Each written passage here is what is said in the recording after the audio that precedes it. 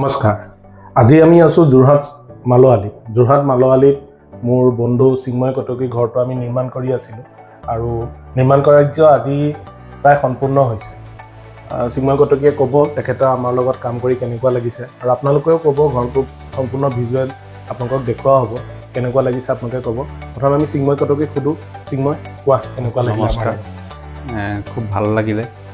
সত্যজিৎ মোৰ বাল্য বন্ধু আৰু তেখেতে এইটো ব্যৱসায়ৰ লগত জড়িত। যেতিয়া মই তেখেতক এপ্ৰ'চ কৰিলোঁ, তেখেতে প্লেন দেখালে, ডিজাইনৰ পৰা আদি কৰি 3D ডিজাইন চব দেখালে আৰু খুব পচন্দ হ'ল।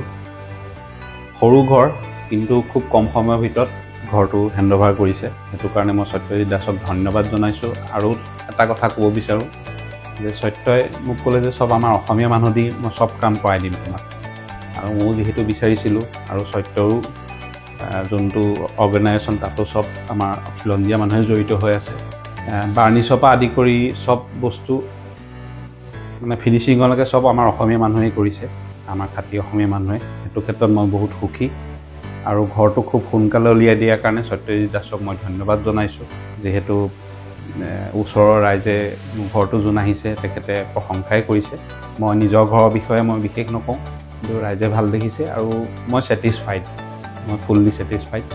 ধন্যবাদ চিন্ময় কটকী, মোৰ বাল্য বন্ধু। আৰু চিন্ময়ৰ বিষয়ে এটা কওঁ, চিন্ময়ে যিহেতু বিদেশত চাকৰি কৰে, কিন্তু বিদেশত চাকৰি কৰিও চিন্ময় সদায় এজন অসমীয়া, সদায় জাতিৰ হকে কথা কয় আৰু সদায় বিচাৰে যে অসমীয়া ল'ৰাবোৰ স্বাৱলম্বী হওক, অসমীয়া ল'ৰাবোৰ আগবাঢ়ক, সদায় মনে কামে সেইটোৱে কৰে। আজি চিন্ময় এজন প্ৰতিষ্ঠিত ব্যক্তি আৰু মই আশা কৰোঁ চিন্ময় এনেকৈ দুপৰ উন্নতি কৰক। আৰু চিন্ময় যোনটো কৈছে ছেটিছফাই হৈছোঁ বুলি, আমাৰ কাৰণে সেইটোৱে আটাইতকৈ ডাঙৰ ৰিৱাৰ্ড। আৰু আমি আৰবিয়ে সদায় এইটো ৰিৱাৰ্ড লৈয়ে আগবাঢ়ি যাম বুলি আমি আশা কৰিছোঁ আৰু আগুৱাই যাম।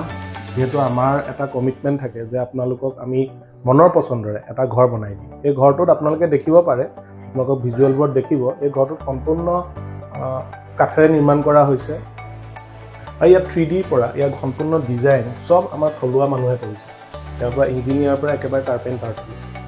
আৰু আশা কৰোঁ যে আমি ভৱিষ্যতেও এনেকৈ ধুনীয়াকৈ কামবোৰ কৰি যাব পাৰিম।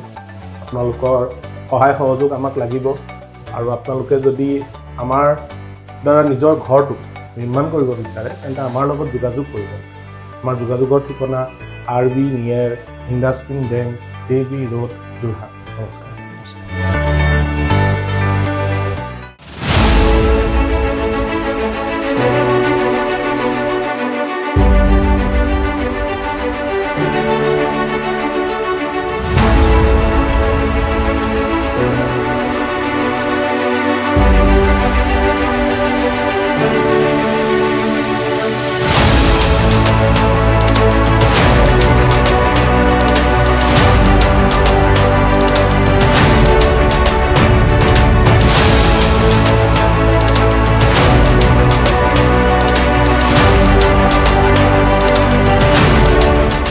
ঘৰখন আৰু এটা বাজেট ফ্ৰেণ্ডলি হোৱাটো বহুত দৰকাৰী আৰু RBৰ লগত মই খুব বাজেট ফ্ৰেণ্ডলি হিচাপে ঘৰখন বনাব পাৰিলোঁ। মোৰ যিমানটো মই বাজেট ৰাখিছিলোঁ তাতকৈ মোক অলপ কমতে RBয়ে মোক কামটো সম্পূৰ্ণ কৰি